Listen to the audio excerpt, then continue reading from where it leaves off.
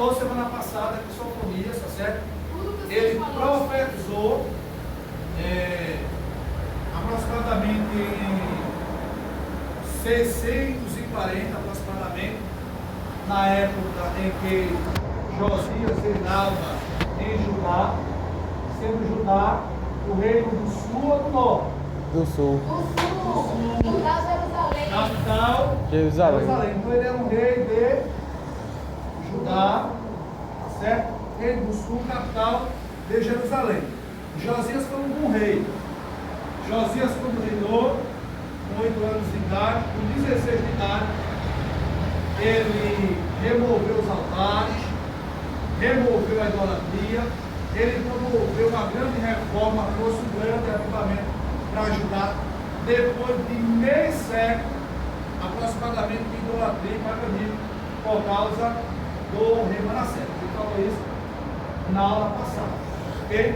Falamos também que nesta época em que Josias ele exerceu o ministério profético, ele ainda jovem, ele exerceu sobre a influência do próprio Sofonias, que alguns teólogos dizem que ele é o próprio primo do próprio rei Josias, e sobre também a influência do sacerdote Hilquias.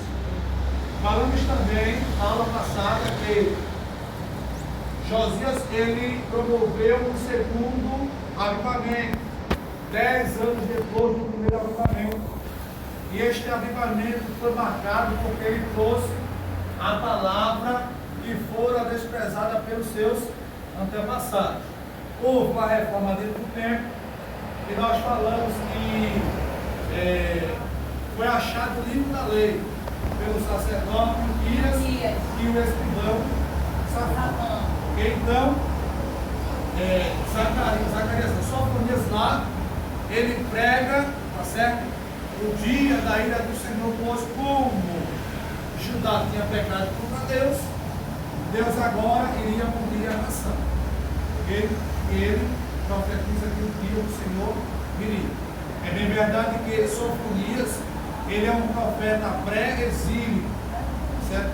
Ele profetiza antes do povo ir para o cativeiro. Ok? Hoje vamos falar de Ageu.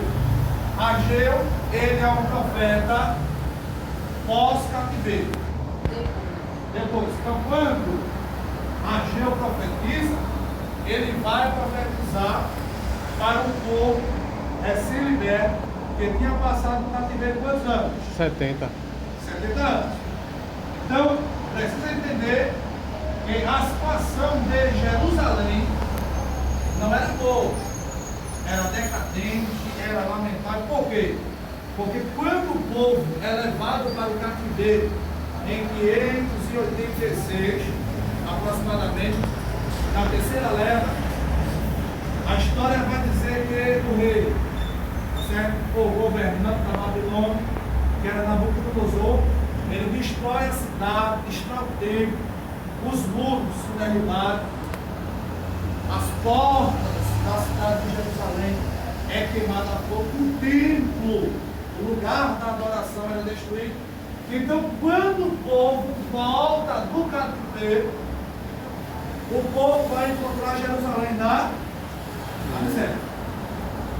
Infelizmente, a situação da cidade de Jerusalém, a situação da nação era decadência. Então o povo agora teria que reconstruir. O povo teria que começar do zero. O povo teria que reorganizar a sua vida, tá certo?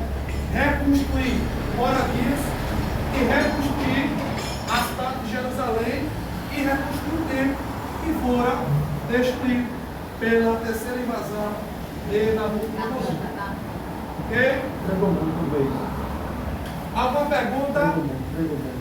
Alguma dúvida? Está tudo mais claro do que a água. Está tudo mais claro do que A água. a água. Ok? Então,